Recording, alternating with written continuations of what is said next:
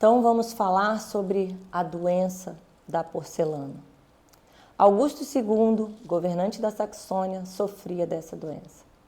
Ele era completamente obcecado pela porcelana. E ele era tão obcecado pela porcelana que ele resolveu fazer uma coisa super radical. Ele resolveu financiar pesquisas secretas para tentar desenvolver a porcelana, para descobrir a fórmula da porcelana, para fazer porcelana na Europa. E aí é muito importante agora a figura de um jovem alquimista que tinha se tornado prisioneiro de Augusto. Esse jovem alquimista, num determinado momento, ele simulou lembrando que nessa época todos tentavam descobrir a fórmula do ouro, né? Os alquimistas, eles queriam encontrar o arcano, e Botger, que era esse jovem, ele simplesmente fez uma apresentação na calada da noite para algumas pessoas e ele transformou chumbo em ouro. Ele fez um truque de mágica, né? Uma coisa ilusionista ali, mas enfim, todo mundo começou a achar que ele realmente tinha transformado chumbo em ouro. E aí o que aconteceu? A fama dele logo se espalhou e ele foi capturado por Augusto, que manteve ele prisioneiro o resto da vida. E ele era muito bom de lábia, ele levava Augusto assim, ó, muito 171, era esse Botger.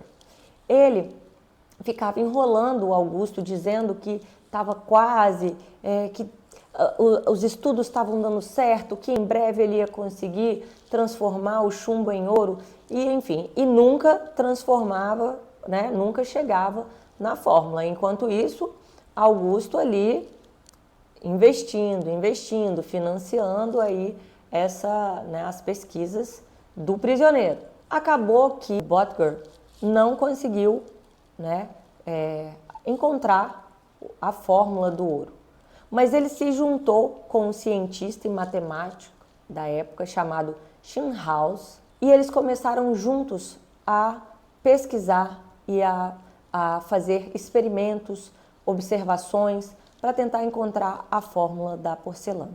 E aí eles fizeram testes, inclusive, construindo fornos de alta temperatura. E aí que um detalhe, entra o nosso personagem principal aqui. Lembra que eu falei que existem várias bacias, vários montes brancos, bacias de caulim pelo mundo?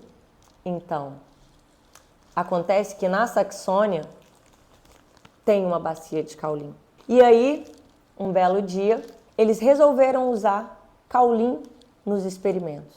E foi aí, a partir desse momento, que eles encontraram uma fórmula, não igual à chinesa, mas eles encontraram uma fórmula e conseguiram fazer a porcelana europeia.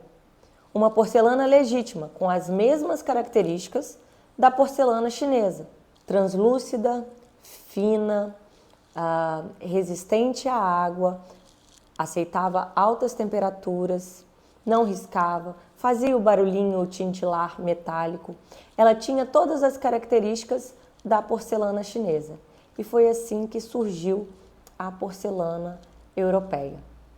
Em 1708 eles fizeram essa descoberta. Em 1710, Augusto II criou a primeira manufatura real de porcelana e assim surgiu a primeira fábrica de porcelana na Europa. Só que aí, minha gente, diferente dos chineses que conseguiram manter em segredo a fórmula e o conhecimento, na Europa foi o contrário. Foi um tal de espionagem industrial, de gente vendendo fórmula, teve de tudo um pouco. E aí acabou que o segredo da porcelana não ficou reduzido ali na região da Saxônia. E rapidamente outras fábricas reais, outras manufaturas reais surgiram espalhadas pela Europa. Não coincidentemente, em regiões onde tinha nosso amigo caulim. Então surgiu nessa época, logo depois da região da Saxônia, um lugarzinho na França chamado Limoges, criou a porcelana de Limoges. É uma das porcelanas mais famosas do mundo. E aí rapidamente surgiu na Inglaterra, surgiu na Itália, na Áustria. Então, onde tinha caulim, foram surgindo essas fábricas de porcelana. As fábricas eram todas iniciativa da coroa. Então, a produção da porcelana, ela nasceu na Europa de forma industrial. E a fórmula da porcelana ficava ali dentro das fábricas. Fora das fábricas, os ateliês de cerâmica continuavam a trabalhar com as argilas tradicionais, que já trabalhavam antes, a faiança e o grès. Isso explica muito o fato e a confusão de, às vezes, as pessoas acharem que a porcelana não faz parte do universo da cerâmica. Tem tudo a ver com esse contexto histórico de como a porcelana surgiu, como ela foi criada e como ela foi difundida. E agora, na próxima etapa, eu vou falar como é que a porcelana veio parar aqui no Brasil.